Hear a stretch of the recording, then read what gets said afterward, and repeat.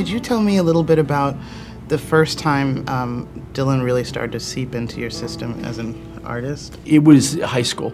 It was when I first got into Dylan in high school. This is like the late 70s in LA, where I grew up. And yeah, I adored Dylan. I was totally into, other artists as well. And then I kind of stopped listening to Dylan for about 20 years. I discovered different kinds of music and, found different kinds of stuff meaningful.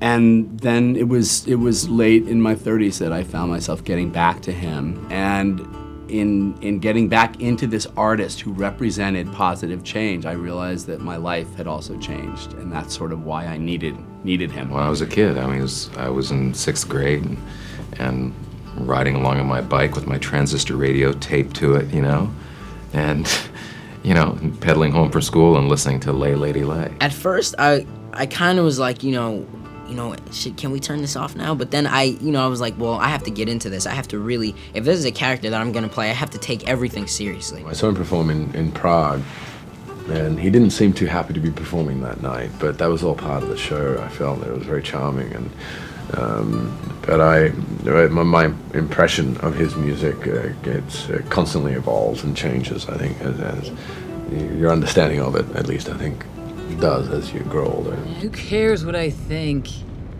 I'm not the president. I'm just a storyteller, man. That's all I am. Well, I presume at the very least that you care something about what you sing every night. How can I answer that if you got the nerve to ask me?